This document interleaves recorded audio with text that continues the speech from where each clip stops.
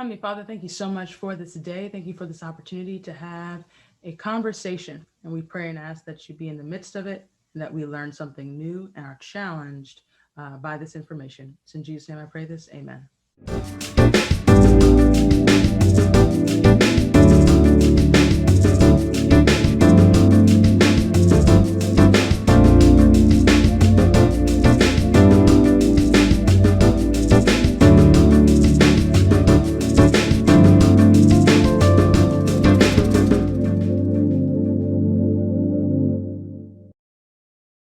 Hello, everyone, and welcome to another episode of What's the Message? I am your host, Claudia Allen. And of course, I am joined with the boss lady herself, the one and only Miss Carmela Monk Crawford. And we are so excited for today's episode. As I've been sharing all over social media, we have the privilege of having Dr. Karitha Mitchell of The Ohio State University, Associate Professor of English. I'll tell you a little bit more about her in the near future. Carmela, how are you feeling today? What's going on? I know at least, where we are, I don't know about you, but it's a lot of snow out here. It's a gorgeous day today. And you know what makes this day special is that it is, what can we say? It is your birthday, Claudia. Happy birthday. Happy birthday. I really appreciate that. Claudia is such a special part of this team and just special to all of us. And so we celebrate with you. And, I don't know if you need to give your Cash App or you need to put something out there so people can virtually pin some dollars on your shoulder. I think we're here for you, Claudia.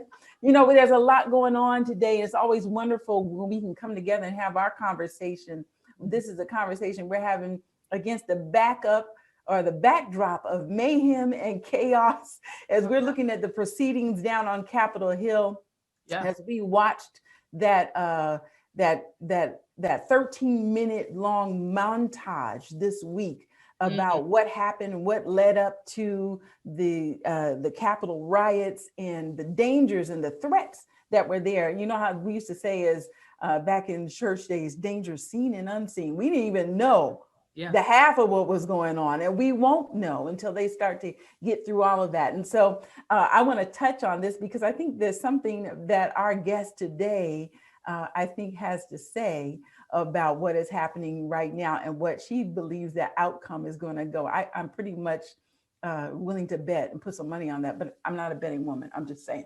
No, absolutely. And I think she's such a phenomenal follow-up to the conversation we had last week with Dr. William Elaine Oliver and Dr. John and April Nixon, just about family love and Black history. So to be able to really dive into the history of Black families, the history of Black women, and the work that they've been doing to obtain their understanding of success, I think is going to be a powerful and awesome conversation.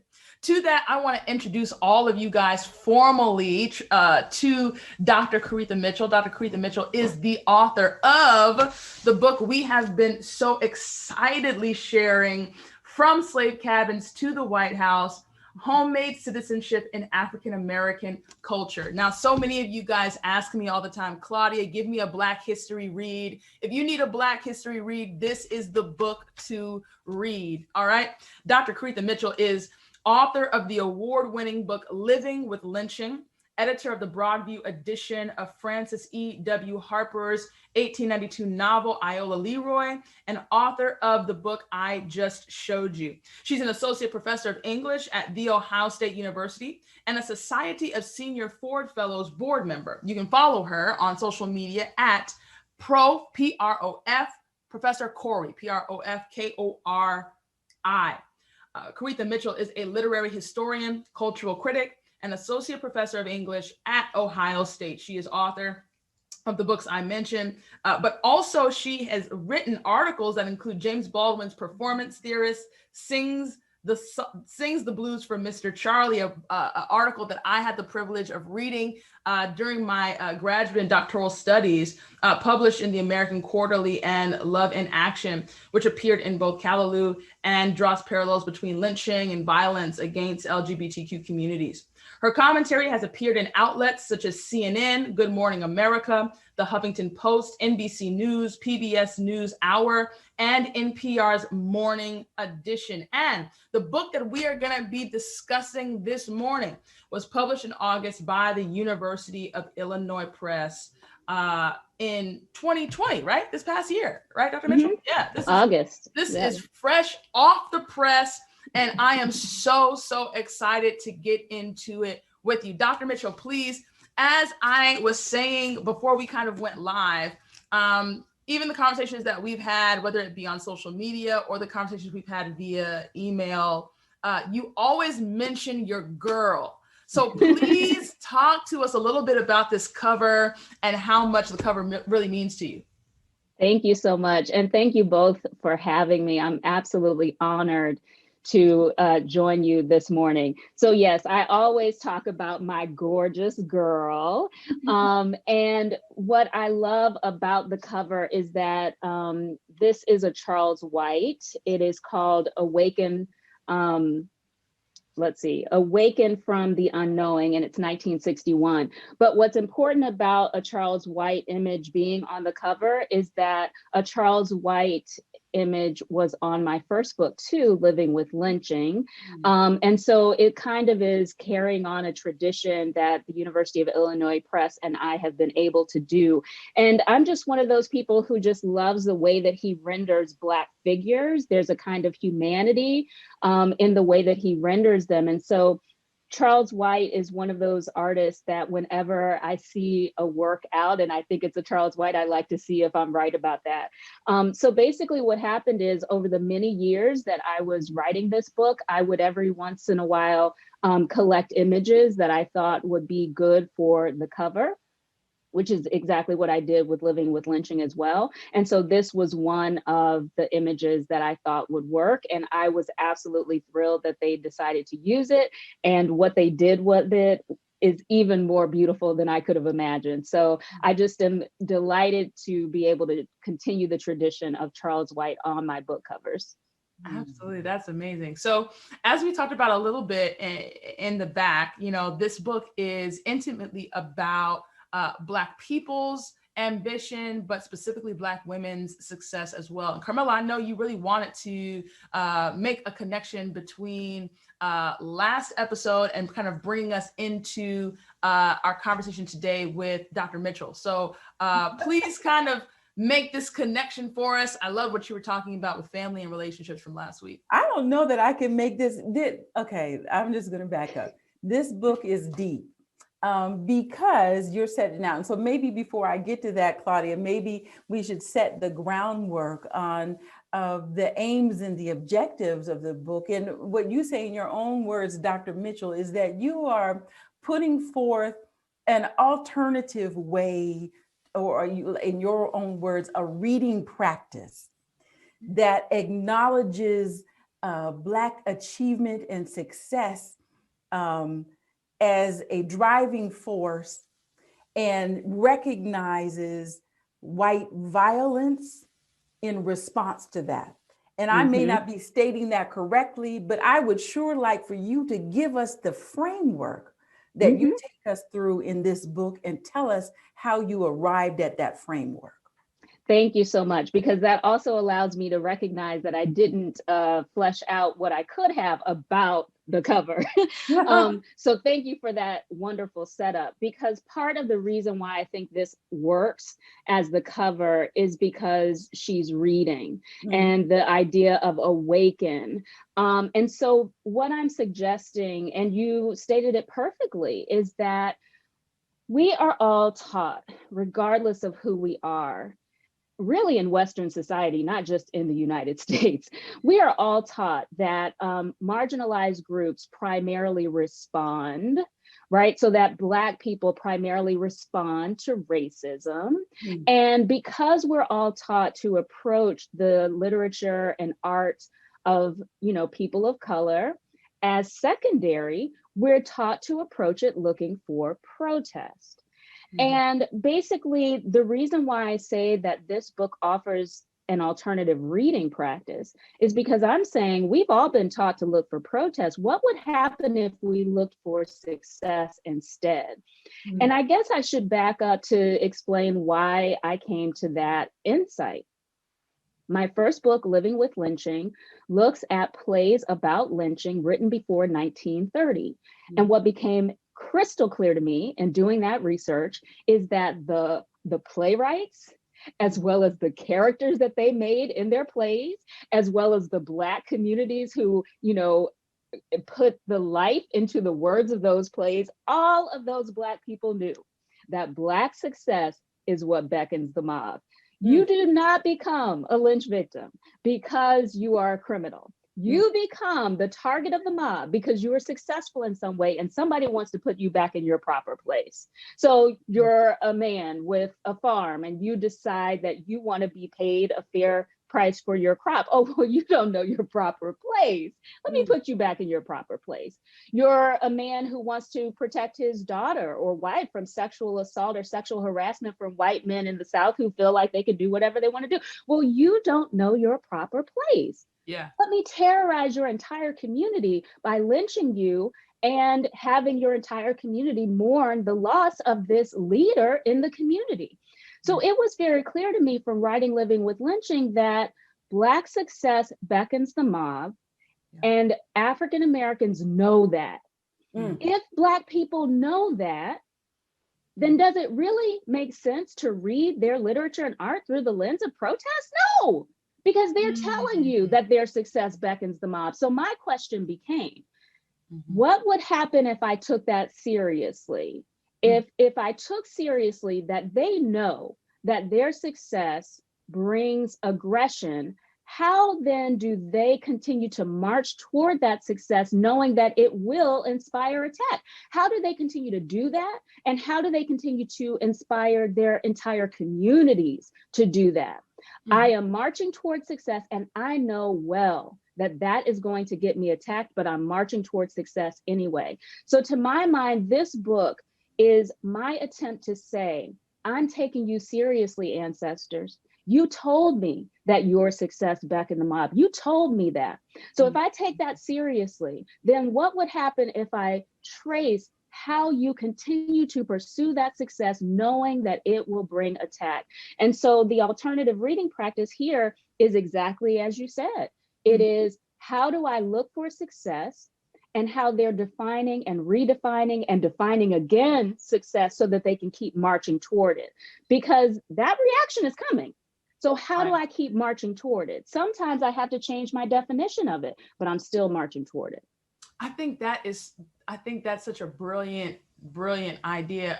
As I was reading basically what you were saying, what you're talking about with the know your place aggression, I think oftentimes the conversation is that Black people and our protest is in reaction to white supremacy.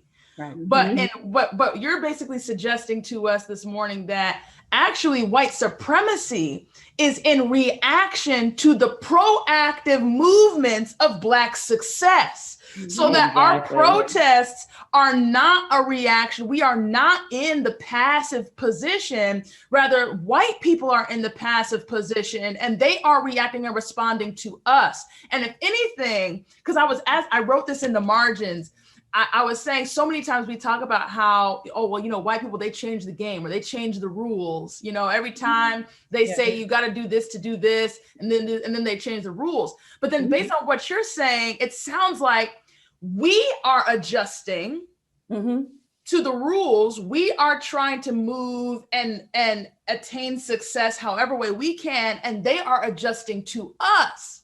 So they're changing the rules depending on what we do.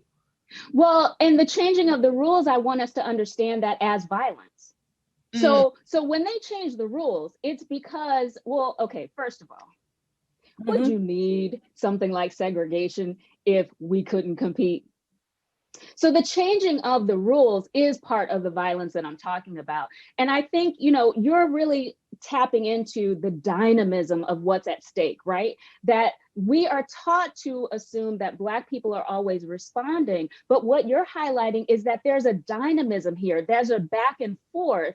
And I just want us to understand that the more reactionary force is actually white supremacy and white people. This is one way I think it becomes really clear. Mm-hmm. Within the scholarship, so often we speak in terms of anti-Blackness, right? Mm-hmm. That we live in an anti-Black society.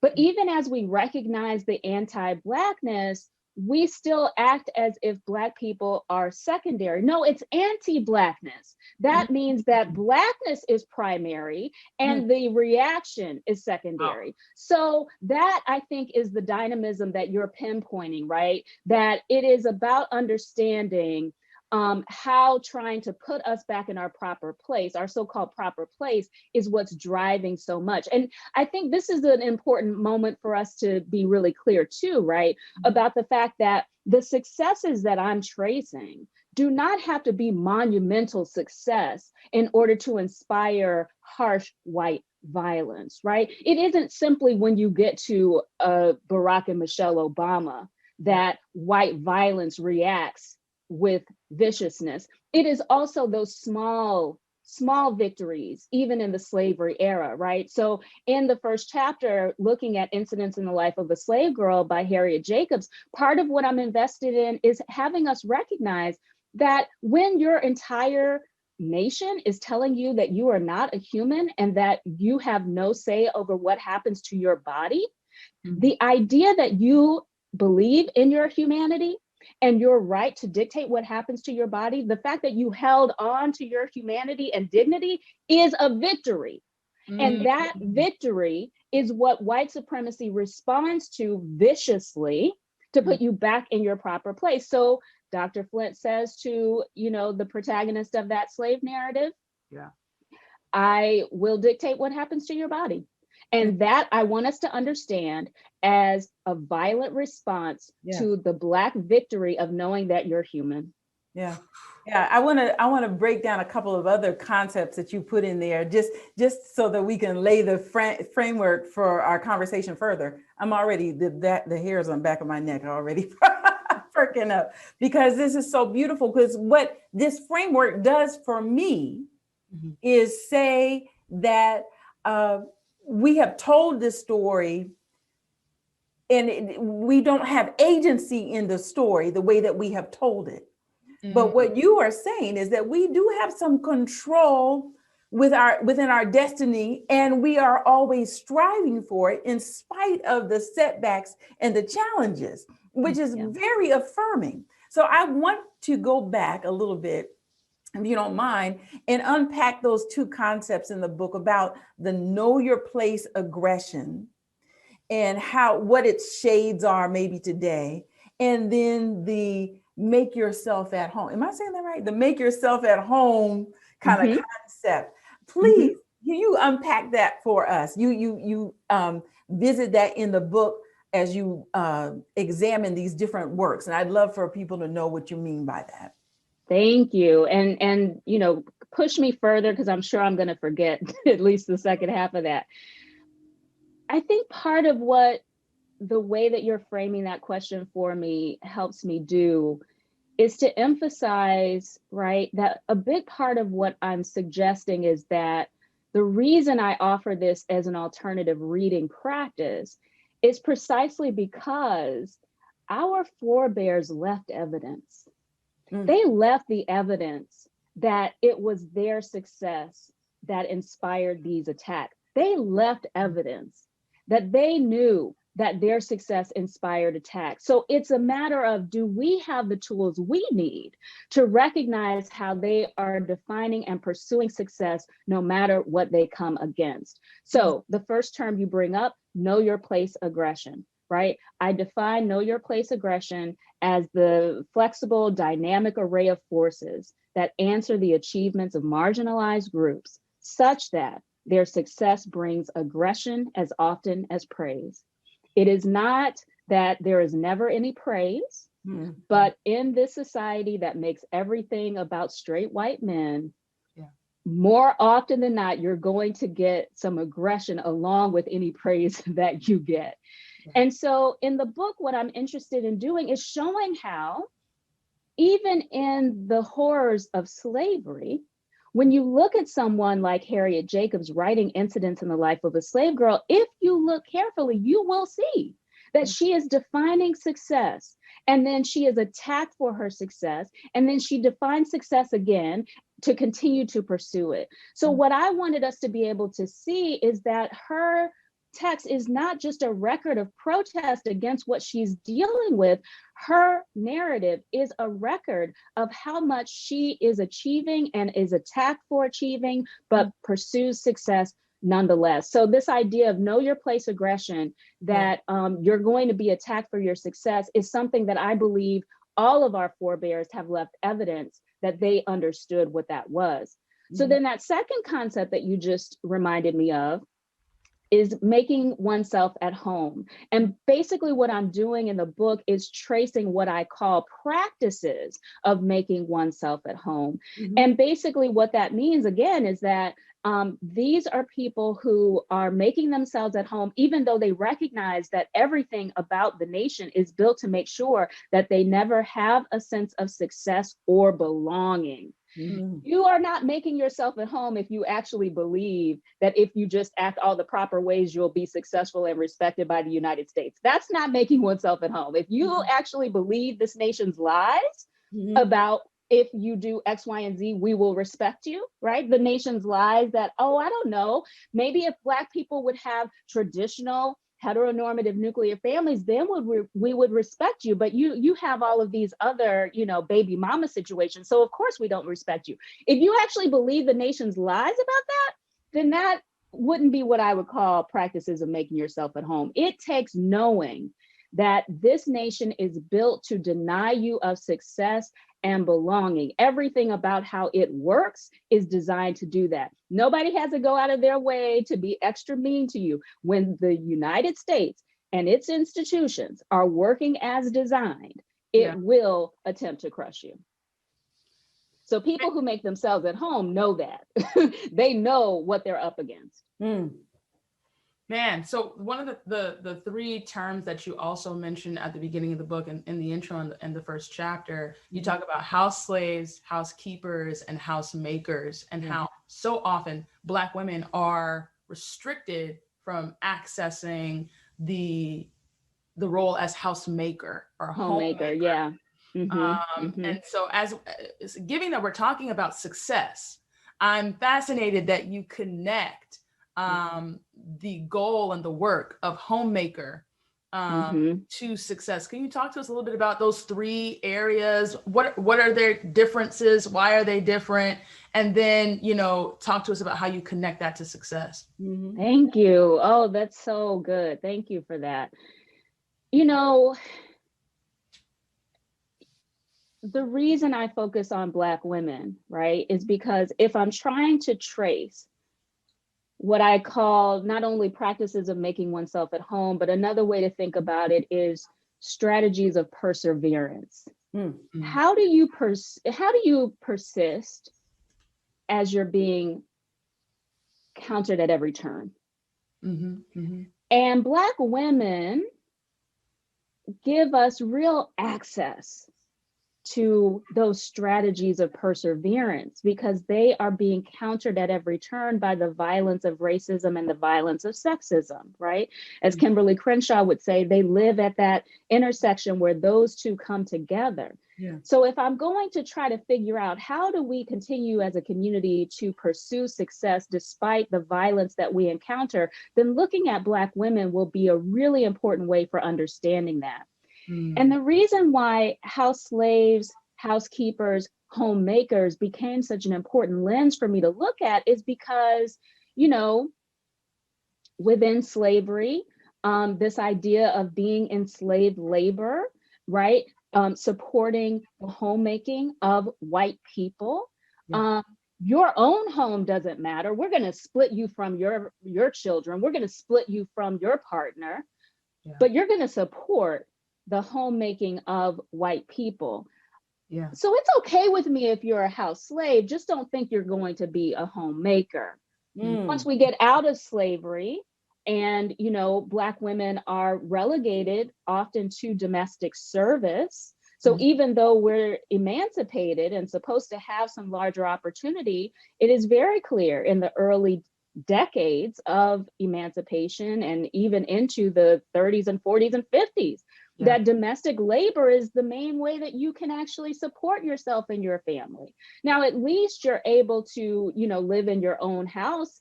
But I mean, Toni Morrison and others have kind of highlighted the way that even in those later decades, supporting white people's homemaking is what's most important. So we're okay with you being housekeepers, just don't think that you're a homemaker.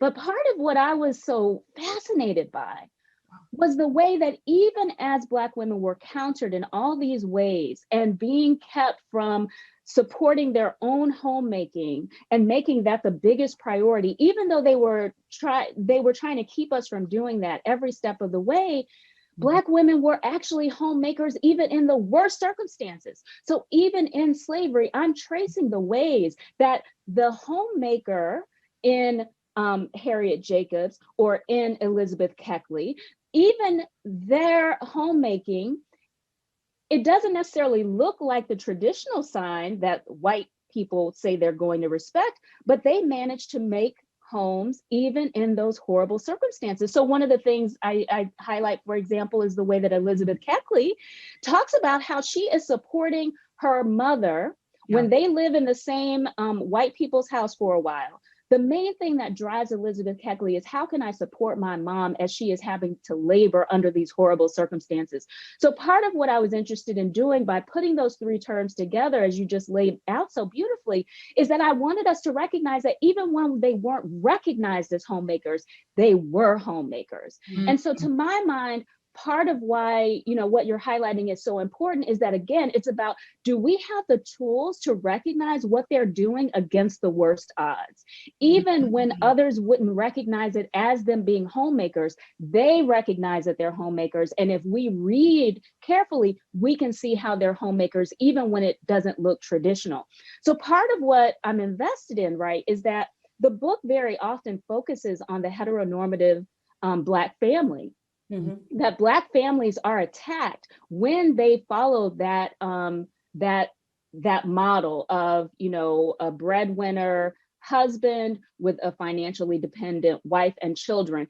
When Black people can achieve that, which is what the nation says it most respects, when they achieve that, they are attacked viciously. But part of what that, you know, that trio of house slave, housekeeper, homemaker allows us to recognize is that even as they trace the heteronormative nuclear family being under attack, they also help us understand that they know that their successes will be attacked no matter what form it comes in. So even as this book traces the heteronormative nuclear family as a site of intense violence from white folk and white supremacy, at the same time that it does that, it highlights for us the value of alternative domesticities and queer intimacies too, because these are people who understand that no matter what their homemaking looks like, they will be attacked. Wow. Before we leave the family thing, I just kind of want to go back and explore some of that. Why again are you saying that that the attack is directed toward domesticity? And how do we see this in play, or do we see it in play even today? Oh, yes. Okay, so let me use as an example, you know, part of what I'm invested in is that we understand the many forms that violence takes. So, you know, part of what becomes so important about the domestic space is that our nation has basically always argued that the family is the building block of the nation. And it constantly suggests that, you know, the heteronormative nuclear family, that breadwinning husband with his financially dependent wife and children, that is the bedrock of society. Mm-hmm. Because the nation says that,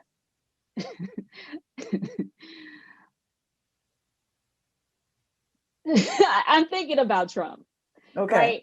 Go ahead. Go there. The way Yeah. that, here we are as a nation insisting that is the pinnacle of what is the building block of our society, but you nevertheless have white evangelicals who have no problem putting on a pedestal someone like Trump. So this is what lets you know that it is not behavior that dictates how citizens are treated. It is demographic. So being white is the thing that allows this to move forward. Okay, but why attack the domestic?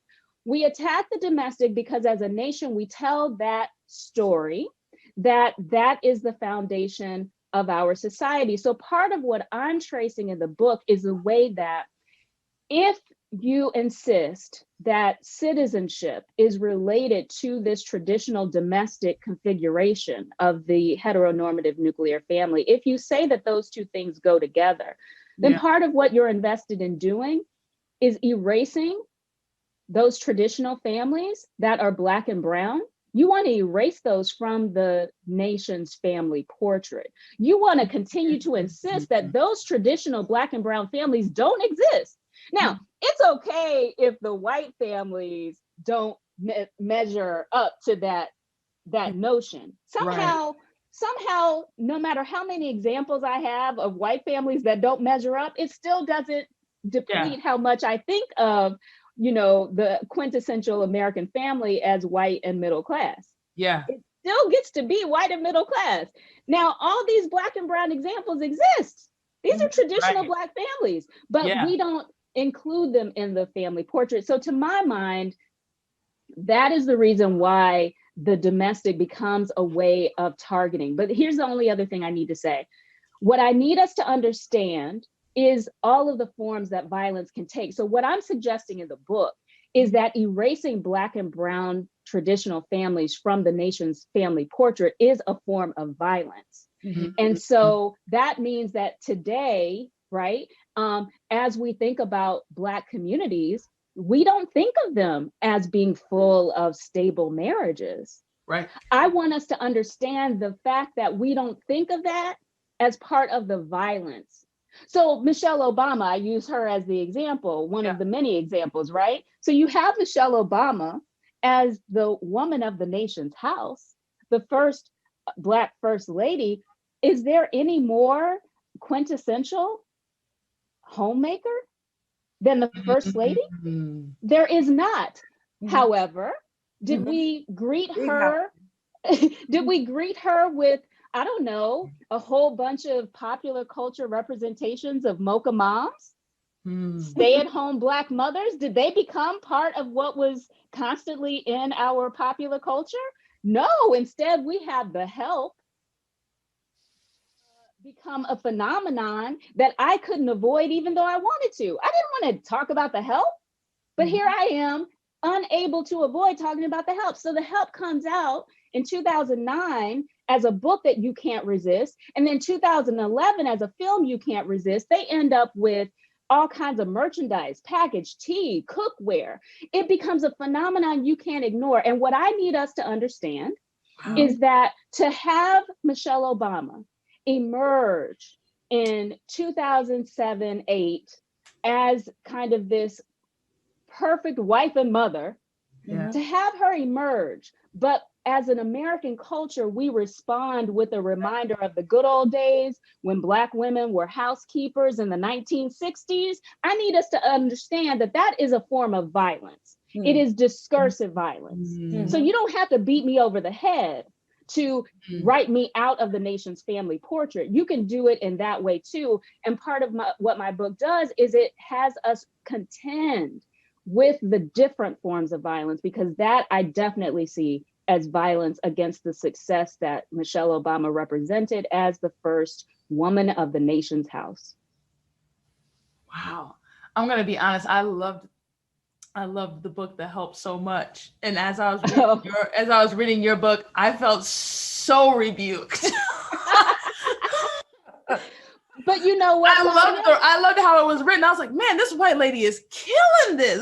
This is awesome. But then when you put that cultural artifact within that historical moment, it completely, you're oblivious to what's happening around you when you're in it. And then when you really look back, it's like, oh wow, like, why did this book become a phenomenon at the culmination of the first Black female first lady? Like, that's crazy. So I have to get rid of I love that.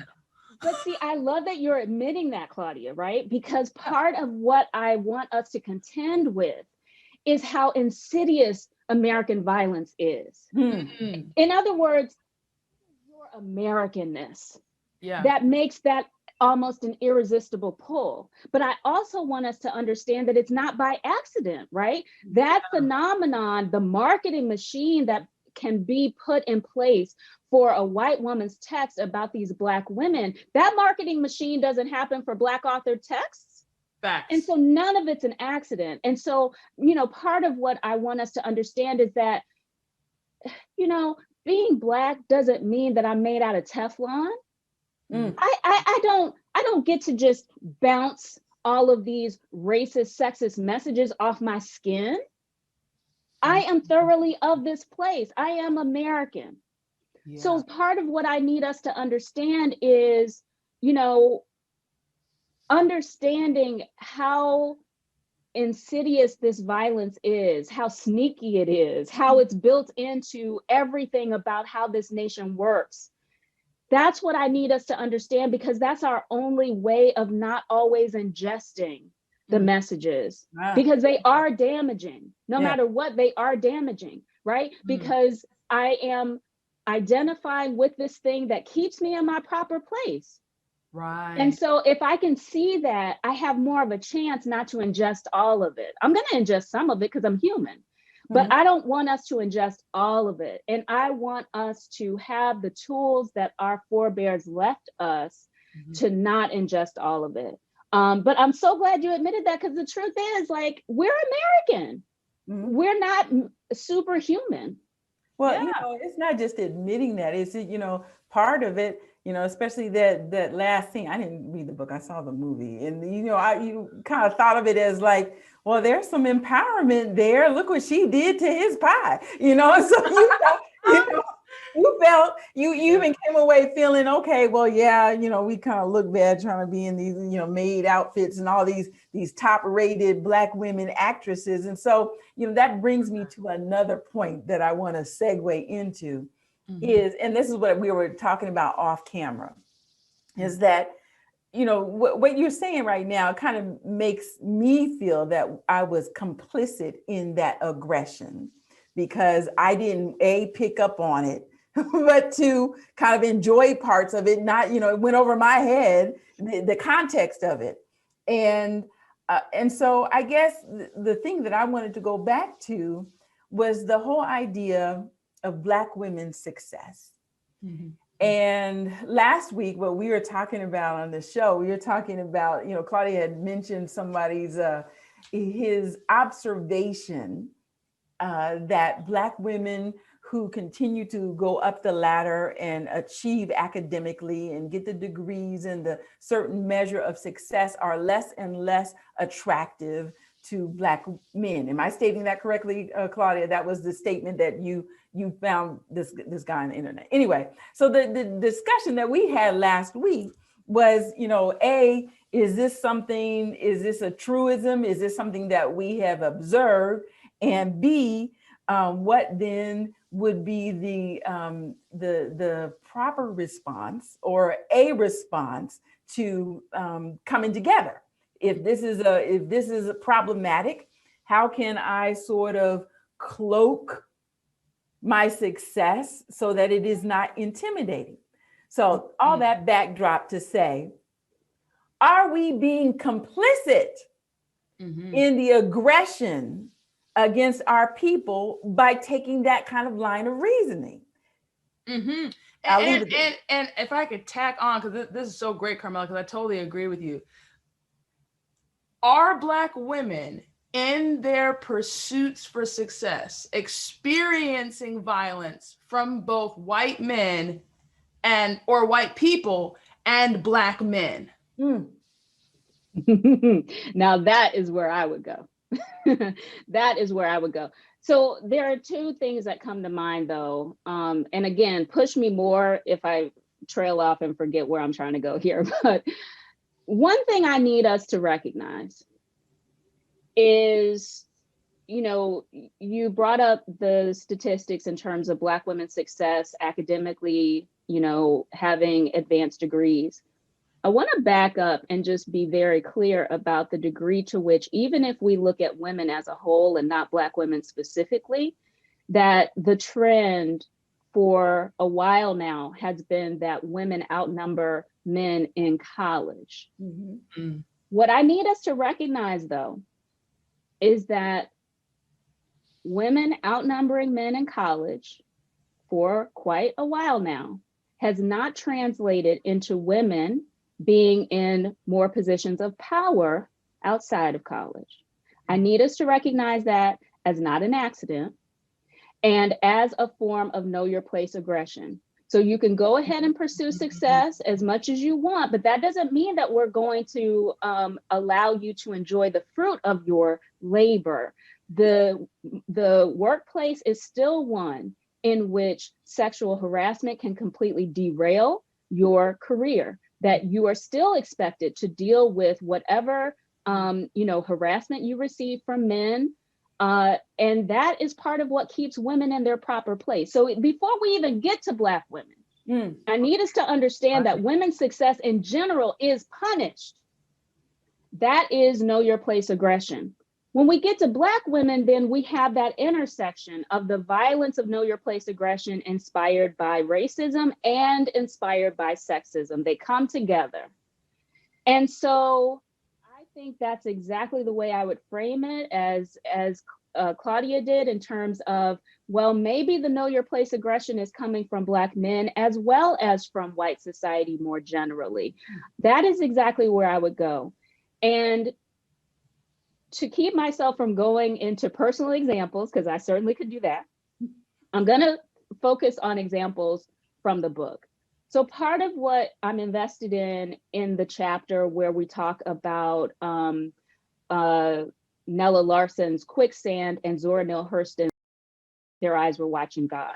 Mm-hmm. That is the chapter in which we, really take seriously that beautiful concept of race motherhood that we got from Erin Chapman, the great Black woman historian, Erin Chapman. And so she explains that race motherhood is basically this concept that is dominating in the 19-teens, 20s, and 30s that suggests that Black women can best serve the race by being submissive and taking the back seat so that they can serve Black men and boys well. What's powerful to me about taking race motherhood seriously in that chapter is that in the earlier chapter, we had been able to see that Black women as mothers actually were at the forefront of politics, that you understood that as a race you were advancing by looking at Black mothers. How much could Black wives and mothers operate in safety? That's how you knew your political stance. And that's what we see in the 1890s literature, right? In that earlier chapter where I'm looking at Iola Leroy by Frances Harper and Pauline Hawkins's Contending Forces. In those texts, you really get to see Black women as wives and mothers really dictate what the race's politics will be. When you shift to race motherhood, and the argument is that Black women need to take the back seat to support Black men and boys, that is a powerful shift that says we're going to measure the race's success through the Black male worker. Does the Black male worker have what he needs? Is he able to dominate you at home? That's how we know we're successful. So when you get to like the 60s and 70s with the Black Power movement and the Black arts movement, and you have Black men who feel like they're doing something real different and new by saying that Black women need to take a back seat and, honor their king, they think they're being brand new. They're not being brand new. So the idea for me is exactly this idea of, okay, how do we start to pay attention to the fact that the idea that Black women would be more submissive than working in partnership, how do we take seriously that they have always argued against that as something that did not allow them to bloom in the ways that they felt they should be able to bloom? If we have a community, why can't I be in community with you as a partner? Why do I need to be in this submissive position? So I feel like there was another part of the question though that I'm not getting to. I thought you could. I mean, we certainly still see this operating, right? We still see people who believe that you are not truly uplifting the race if Black men can't dominate. And, you know, part of what I'm invested in the chapter where Alice Childress's Wine in the Wilderness is discussed, right? That's a Black Power era text. And what she shows you is that even at the height of Black Power, women were a part of that entire movement. And even if they allowed Black men to feel like they were dominating sometimes, there were so many ways in which they were the heartbeat of the movement. So the question to me becomes, how do we take seriously the fact that this is always a debate? Black women are not always just saying, yeah, I'm going to take this back seat because I need to uplift. Like, I think it's insulting, frankly, to believe that you can't support someone unless you subordinate yourself to them. I think it's insulting, and it doesn't actually give Black men credit for having the maturity, emotional maturity, to actually be with me in partnership. Like, but this is what we have to be clear about, right? The point of a racist, sexist society is that those in dominant groups actually are designed to hold themselves to the lowest possible standard. So white men don't have to actually rise to the occasion of figuring out how to be in community with anybody. They can just dominate and never actually hold themselves to a higher standard. Right. The similar thing is happening when we say that Black women need to subordinate themselves so that Black men can feel good about themselves. It's not an expectation on Black men to operate as emotionally grown up. Brittany Cooper puts it powerfully. She talks about the way that structurally speaking, we teach women and girls to be nurturing and to make room for other people. We don't teach boys and men how to do the same thing. I want us to see that as a low standard. And I want us to see that as low standards exerting violence. So when you tell me that I have to subordinate myself so that you can feel good, I see that as violence that is encouraged by the United States, because the United States says that patriarchy is the most natural thing on earth, even as it requires my constant beat down. If it were so natural, why would it require my beat down? So this is rich. That is where I will go with it. You're helping us today. And there's two things, and Claudia, you helped me because I know we got a few minutes left. And so based on what you have said and what I've read in this, in the book, I want to talk about this, and I want to get to Michelle Obama. But as you look at what's happening in the proceedings on Capitol Hill today, with respect to accountability, if you were a betting woman, where do you think things would go? And why? I'm just going to be honest with you that it would be disgusting if there weren't any accountability. The evidence is overwhelming. It would be absolutely disgusting. But I don't know, disgusting is the American way. And I've gotten out of the business of believing that we have reached the low. I'm not willing to assume that we've got to go up from here. I'm not in that game anymore, because I just feel like the consistency of the lack of decency And that's all we're talking about. We're just talking about decency at this point. But I am faced constantly with the evidence that decency is not our inheritance. Decency is something we have to work for, because everything about how this nation operates is against decency. The fact that the case has to be made as thoroughly as it's being made is, to my mind, evidence of how much decency is not our automatic inheritance, and that it's something we have to absolutely work toward. The idea, I mean, all these stories I'm hearing about, you know, the insurrectionists asking judges for organic food in jail, trips to Mexico, and all of that, just the fact that you can do that is reminder that decency is not our inheritance. When things work as they were designed to work, you have Black Lives Matter peaceful protesters being killed and brutalized, and you see what happened on January 6th. To my mind, I can't get away from the lack of decency that is in even the fact that this trial has to be as thorough as it is. Correct. Correct. So I just it's one day at a time. I'm not pretending that I think that anything is said and done. Yeah. And I also am just so clear that these are low standards. You know, and that's Joe where I thought you Biden were going to go, because I thought you were going to be, because you mentioned in the book just a lack of will to hold other people accountable. Yeah. A lack of will to hold people to a certain standard. Yeah. And so basically what we see is that the standards the nation claims to respect are for everybody except white folk. Okay. The whole reason to have these standards of, I don't know, a work ethic, the whole reason you have that is not for white people to meet that standard. It's for them to use it as a bludgeon where they can call me lazy. Correct.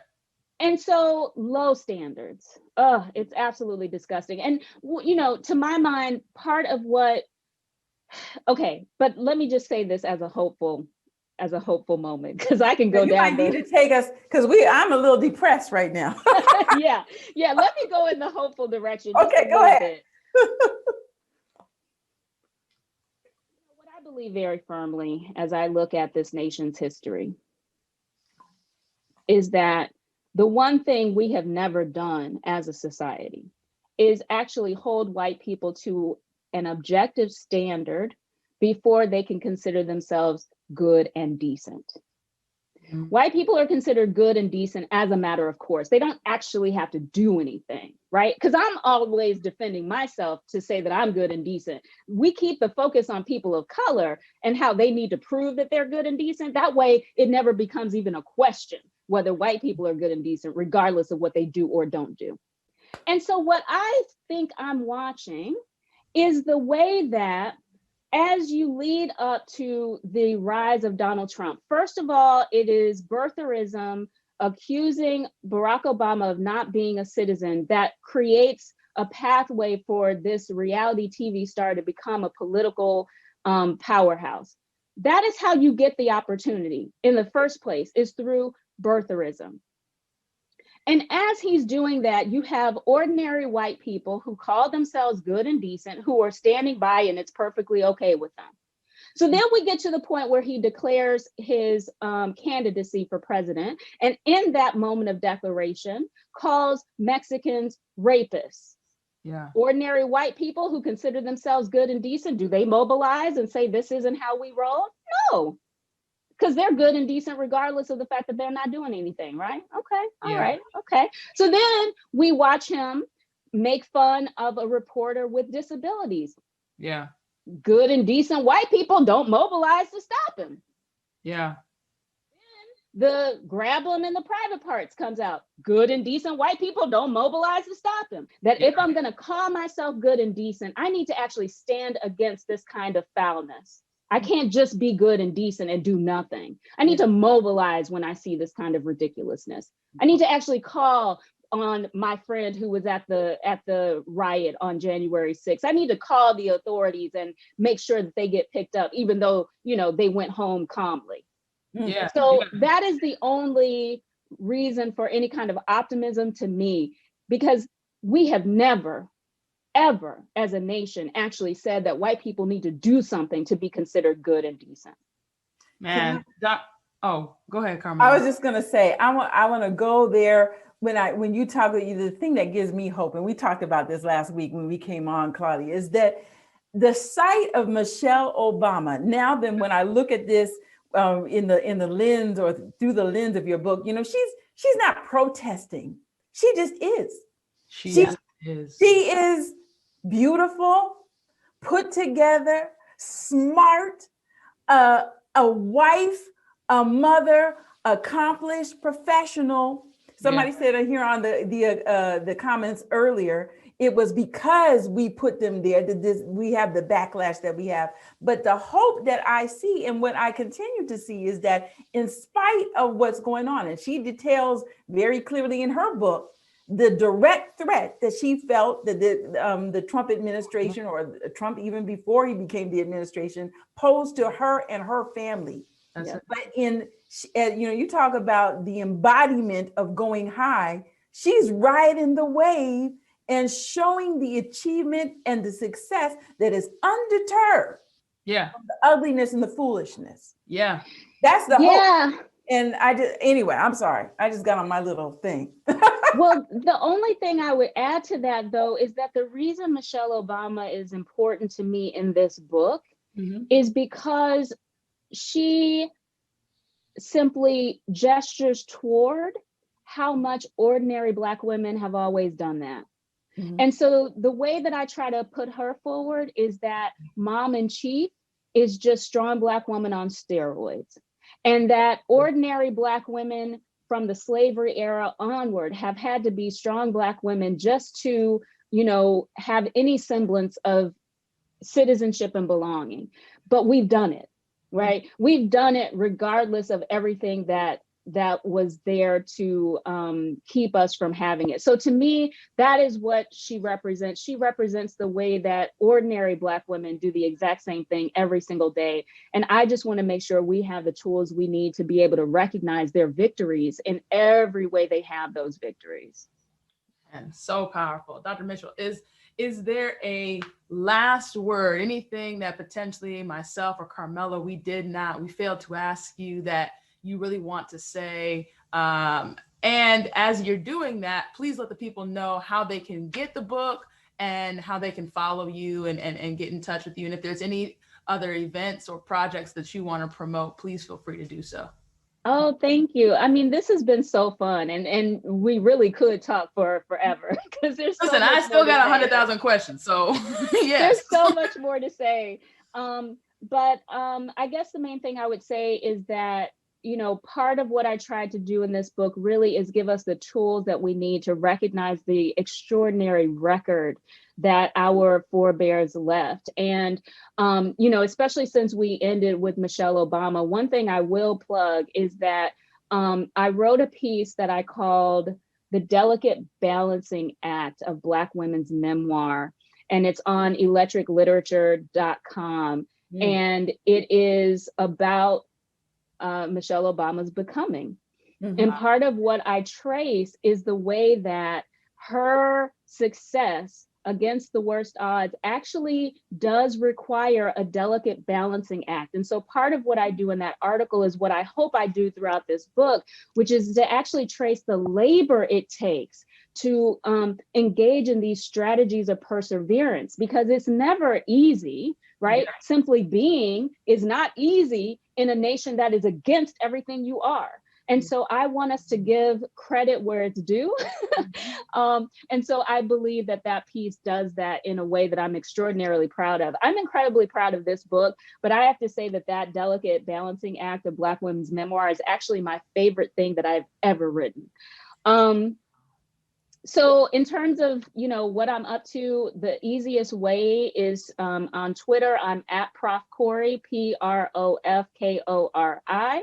Also KarithaMitchell.com. I always put anything new that I've published there. And all of those kinds of details are on my website, KarithaMitchell.com. So those are the main ways to keep up with me. But Again, thank you both for this opportunity to talk about my gorgeous girl. I think she's freaking fabulous, and I am just so proud of, what I was able to say here. And I do believe that if we take seriously this call to read through the lens of success, we'll never see the record the same way ever again. Wow, wow, wow. We appreciate this. Absolutely. Everyone, as usual, it has been another amazing conversation. Thank you so much, Dr. Mitchell, for spending some time with us and just waxing eloquent. I mean, people have been in the comments all morning. Just ecstatic about everything that you have been sharing. So thank you so much for that. Everyone, as you all know, we try to keep this podcast going. And so next week, we have the opportunity to welcome Dr. Eric Walsh and Dr. Columbus Batiste to the podcast. They have an organization or an initiative that they do called the Slave Food. And so we will be welcoming them to the podcast to really talk about how important it is that as Black people, we need to really begin rethinking our diet and really thinking through the ways in which slave food is still a central aspect to our culture even now. And so definitely want to make sure that you are back here next Thursday, 11 a.m. Eastern time. We are going to talk about slave food with Dr. Eric Walsh and Dr. Columbus Batiste. So make sure you're here. But we also have another amazing announcement in that we are excited that we are now launching our digital magazine. Usually, Message Magazine is a print-based subscription, but we are so excited that you can access the full magazine right now digitally online. So make sure that you visit our website at www.messagemagazine.com. You will immediately see a pop-up at the top of your screen that will let you know how you can read our full issue of the digital magazine. And we've got a phenomenal January, February issue. The cover story is about the ways in which there are divers that are going down and retrieving history by looking for the artifacts of slave ships in the ocean. So you definitely want to read that. And of course, you want to be able to read many of the other articles, one of which is an article by Dr. Eric Walsh and Dr. Columbus Batiste on slave food. So we're going to have them next week. And I'm telling you, we've got so much amazing stuff going on. You've got to make sure you're subscribed. Make sure that you go to the website, www.messagemagazine.com. Make sure you're following us on social media at Message1898. And of course, make sure you are subscribed to the YouTube channel. Anybody that can't or doesn't watch these episodes live on Facebook, you can always access them directly on YouTube. So share that link with anybody and everybody that you know. Carmela, any announcements or updates from you? No, I'm basking in just the beauty of having this conversation with Dr. Mitchell today, who is a runner. We saw that on KarithaMitchell.com. You talk about the total package. This is the kind of thing that inspires us. We got to get out there. We got to do the work, and we got to keep ourselves healthy in and out. And so I'm just glad that everybody joined us today. Keep going, keep following messagemagazine.com, hitting us up on our social media. Let us know what you think about it and about our new issue. All right, guys, as I always say, same place, same time, just a different conversation. So I will see you next week, Thursday at 11 a.m. Have a great one.